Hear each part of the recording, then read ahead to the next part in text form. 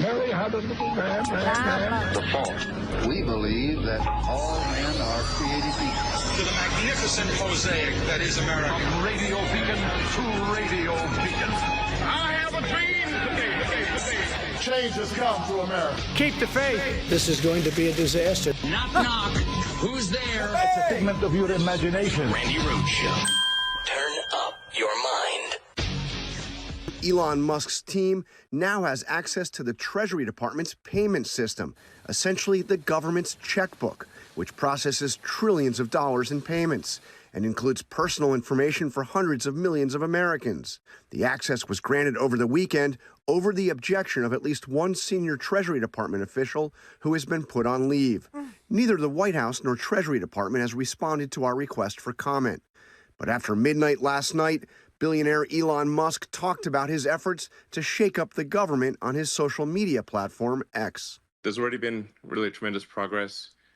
We've, rough estimate is that there's at least a few $1 billion a day of savings. One of Musk's top targets, USAID, the federal government's foreign aid agency. As we dug into USAID, it became apparent that what we have here is not an apple with a worm in it, but we have actually just a bowl of worms. On Friday night, a Doge team showed up at the USAID offices in Washington and demanded access, sources familiar with the incident tell ABC News. After a standoff, security guards ultimately led them in. Now, more than 100 USAID staffers have been placed on leave. Many more have been locked out of internal systems, and the organization's Trump-appointed chief of staff has resigned. USAID's $43 billion budget is a tiny fraction of federal spending, about 1%.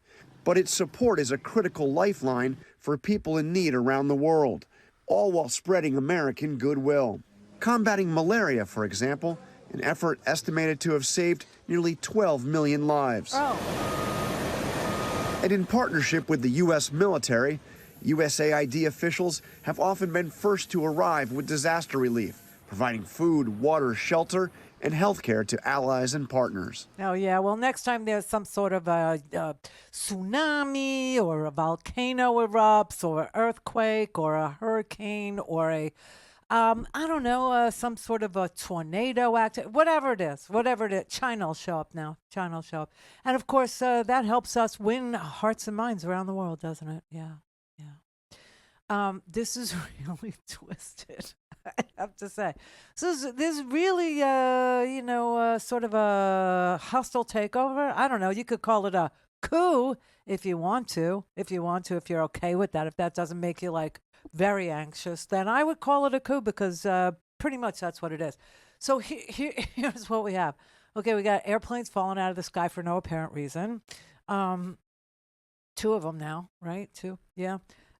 We have economic warfare being waged against that's right, everybody, our allies. He's trying to tell you that we're going to enter into a trade war with our allies, Okay, yeah. Are you buying that? Is anybody believing that that's going to be a thing?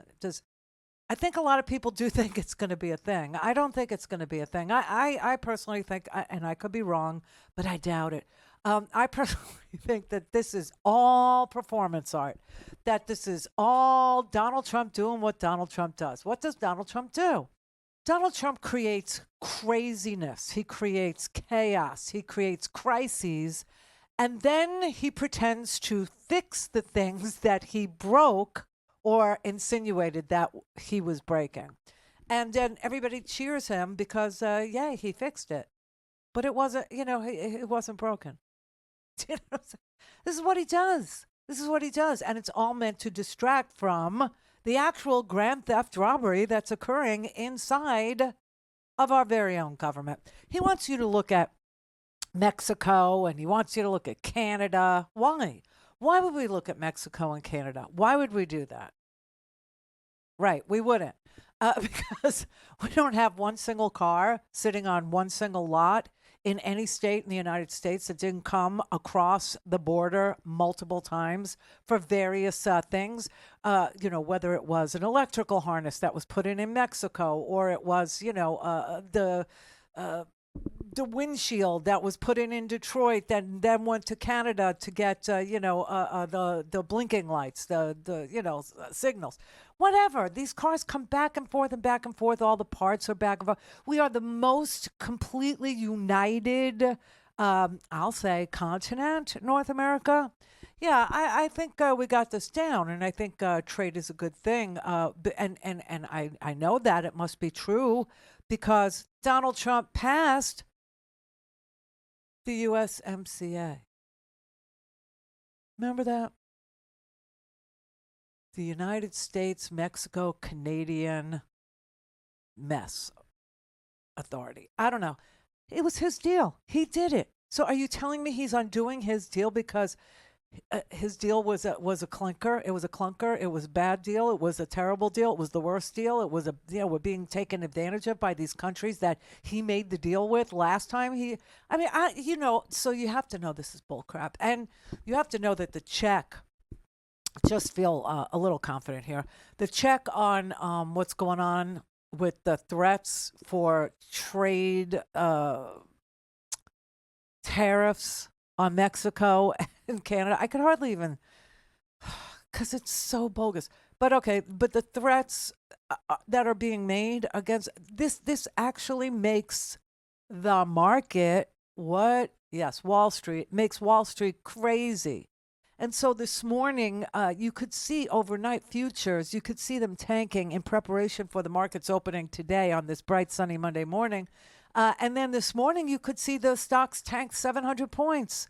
700 points. And the second that, Claudia Sheinbaum, the president of Mexico, was on the phone with Donald Trump, and she's like, I don't know what they actually said to each other, but, she's probably like, what do you need from me? And he's like, I need the fentanyl to stop. And she's like, well, you really ought to talk to your American counterpart, your American citizens, because they're the ones that drive it over the border. They're the ones that take it. It's U.S. citizens that are doing the smuggling. But she probably didn't even go there. She probably said, sure, fine. What do you need? 10,000 troops at the border? I'll do it. Know why? Because they did it before. This is the same exact thing that happened in 2017. It's the same exact thing that happened in 2019. Did it work? Did it work? No. Why didn't it work? Because Americans are the people that bring the fentanyl. Now, the same ridiculous thing is being said about Canada, but when you actually do the deep dive into the fentanyl smuggling that goes on over the northern border, total, and it's, you don't want to see any, but 43 pounds.